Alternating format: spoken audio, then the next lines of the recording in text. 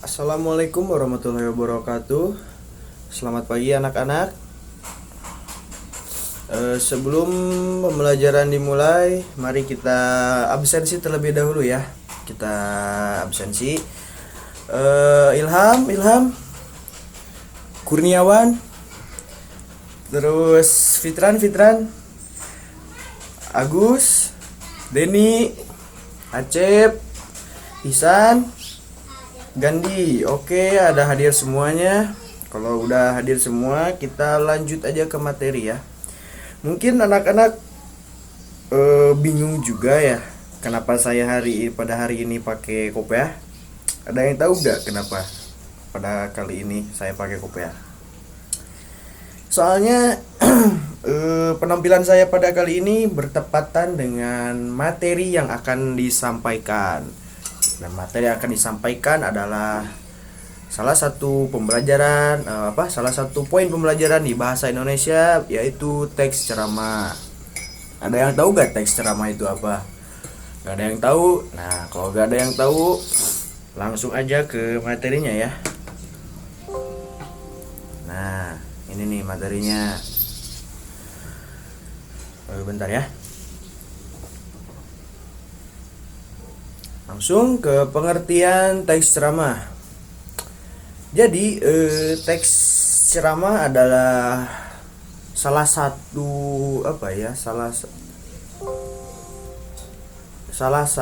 atau khotbah yang bisa dipahami sebagai sebuah pidato, penyampaian atau penyebaran syiar. Jadi syiar agama ya, dan ajaran dari suatu agama tertentu. Jadi kan di sini dijelaskan bahwa pengajaran itu tidak dalam satu agama Islam saja ya, karena soalnya kita kebanyakan orang Islam, mayoritas orang Islam, tapi tidak berpatokan dalam satu agama aja.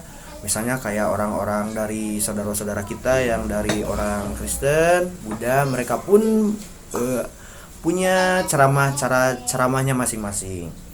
Nah, definisi dari teks ceramah ini jelas berbeda dengan sambutan ya.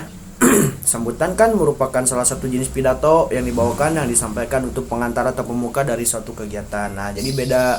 Kalau sambutan jadi kayak pembukaan dari suatu acara gitu. Kalau ceramah atau khutbah itu jadi ada isinya. Isinya tuh dari syiar agama atau materinya ditentuin oleh penceramah itu sendiri gitu. Lanjut ke ciri-ciri. Ciri-ciri teks ceramah adalah keterampilan berbahasa atau berbicara satu arah. Jadi jelas ya, kalau ceramah itu cuma satu arah, jadi tidak ada dialog dari pendengar khusus. Jadi hanya penceramahnya aja yang yang berbicara gitu, yang menyampaikan inti dari pembahasannya. Yang kedua, teks ceramah biasanya dilakukan dalam kegiatan belajar mengajar klasikal. Metode pembelajaran klasik, kalau teman-teman pada tahu pembicaraan klasik dan seperti saya kali ini melakukan metode ceramah, jadi satu arah. Dan metode klasik yang dari dulu kebanyakan metode pembelajaran yang dipakai adalah ceramah gitu.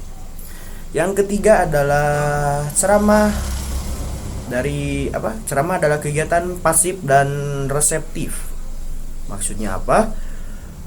Kegiatan ceramah dari maksud pasif di sini itu yang teman-teman pendengar tidak berbicara gitu. Jadi kembali lagi ke berbicara satu arah tadi, dan reseptif bisa diterima, bisa materi yang disampaikan bisa diterima oleh pendengar. Jadi seperti itu ya. Lanjut.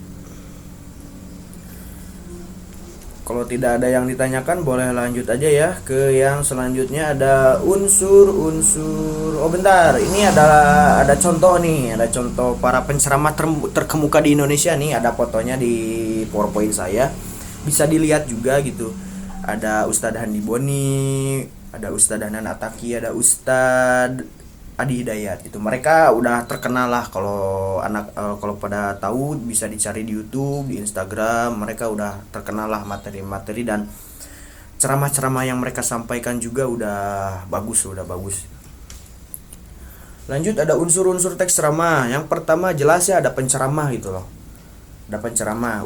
Unsur pertama dari teks ceramah ada penceramah. Penceramah dapat dikatakan sebagai seseorang yang melakukan kegiatan penceramah. Jadi penceramah adalah inti dari kegiatan ceramah gitu.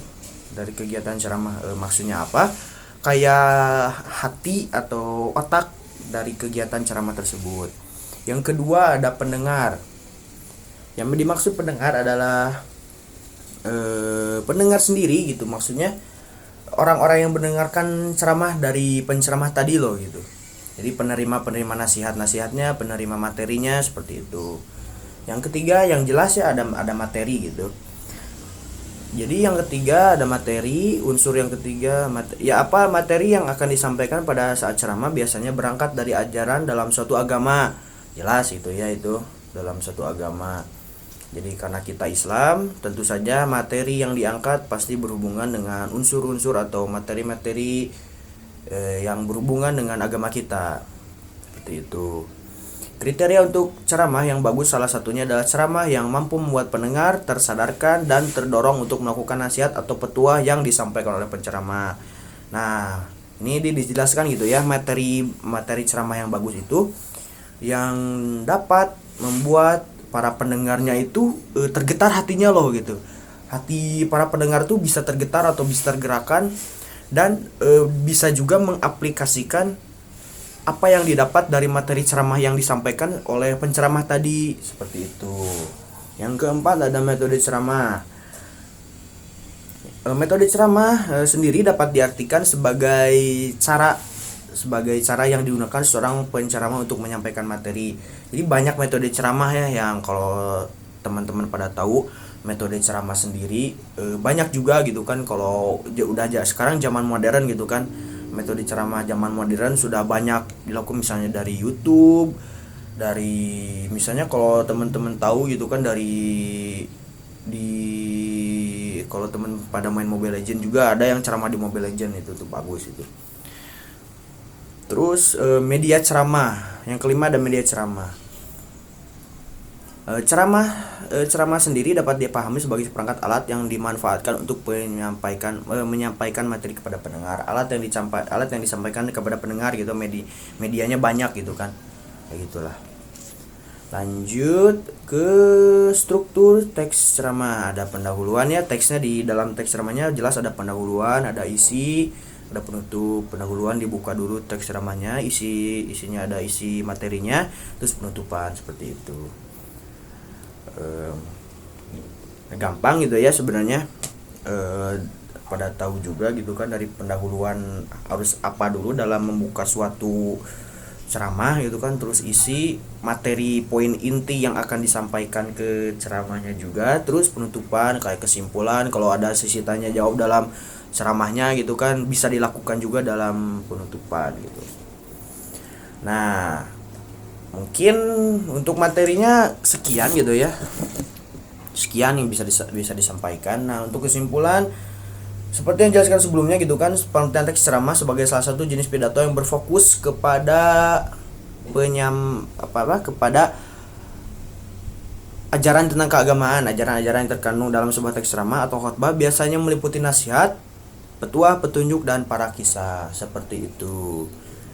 Nah, ini ada lampirannya, ada materi yang saya ambil dari mana, ada dari gramedia.com dan ruangguru.com.